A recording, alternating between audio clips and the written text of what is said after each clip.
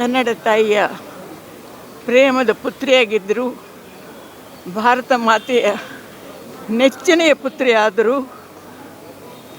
ಅವರನ್ನು ಕಂಪೇರ್ ಮಾಡೋ ಹಾಗೆ ನಮಗೆ ಇಷ್ಟವರೆಗೆ ಯಾರೂ ಸಿಕ್ಕಿಲ್ಲ. ಕಂಪೇರ್ ಅಂದರೆ ನಾನು ಆ್ಯಕ್ಟಿಂಗ್ ವಿಷಯದಲ್ಲಾಗಲಿ ಬ್ಯೂಟಿ ವಿಷಯದಲ್ಲಾಗಲಿ ಹಾಗೆ ಹೇಳಲಿಲ್ಲ. ಆದರೆ ಒಂದು ಕನ್ನಡ ತಾರೆ 4-5 ಭಾಷೆಯಲ್ಲಿ ಸಕ್ಸಸ್ಫುಲ್ಲಾಗಿ ಆ್ಯಕ್ಟ್ ಮಾಡಿದರು, ಹೆಸರು ತಗೊಂಡ್ರು, ಬಾಕಿಯವರ ಮನಸ್ಸಿನಲ್ಲಿ ನಿಂತರು. ಹೆಚ್ಚು ದಿವಸ ನಿಲ್ಲಲಾರದೆ ಇವತ್ತು ಹೊರಟು ಹೋದರು. ನಮ್ಮ ಯಾರಿಗೂ ಹೇಳಲಿಲ್ಲ.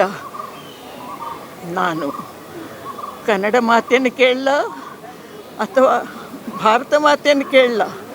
ಎಲ್ಲಿ ಹೋದರೂ ಯಾಕೆ ಕರೆಸ್ಕೊಂಡ್ರಿ ಅಂತ ನಮಗೆ ಅವರು ಯಾರು ಉತ್ತರ ಹೇಳ್ತಾರಾ? ಇಲ್ಲ. ಅವರಿಗೂ ಕಣ್ಣೀರು ಬರ್ತಿದೆಯೋ ಏನೋ,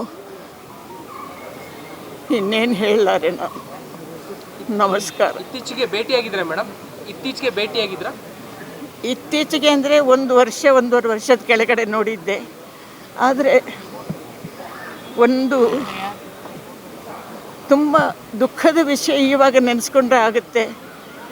ಏನಂದರೆ ಲೀಲಾವತಿಯವರು, ಸರೋಜಾದೇವಿಯವರು, ನಾನೆಲ್ಲ ಸುಮಾರು ಹೆಚ್ಚು ಕಮ್ಮಿ ಸಮಕಾಲದವರು.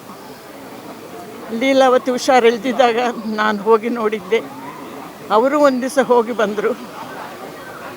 ಅವರು ಲೀಲಾವತಿಯವರು ಪ್ರಪಂಚವನ್ನೇ ಬಿಟ್ಟು ಹೋದಾಗ ಅದೇ ದಿವಸ ಸರೋಜಾದೇವಿಯವರು ನನಗೆ ಫೋನ್ ಮಾಡಿ, ಹರಿಣಿಯವರೇ ಹೀಗಾಯ್ತಲ್ಲ ಅಂದರು. ಆ ನೋವನ್ನು ಹಂಚ್ಕೊಳ್ಳೋಕ್ಕೆ ಅವರಿಗೆ ನಾನೇ ಬೇಕಾಗಿತ್ತು ಏನೋ ಆವಾಗ. ಆಮೇಲೆ ಇನ್ಯಾವತ್ತೋ 1-2 ದಿವಸ ಮಾತಾಡಿದ್ವಿ ಅಷ್ಟೇ.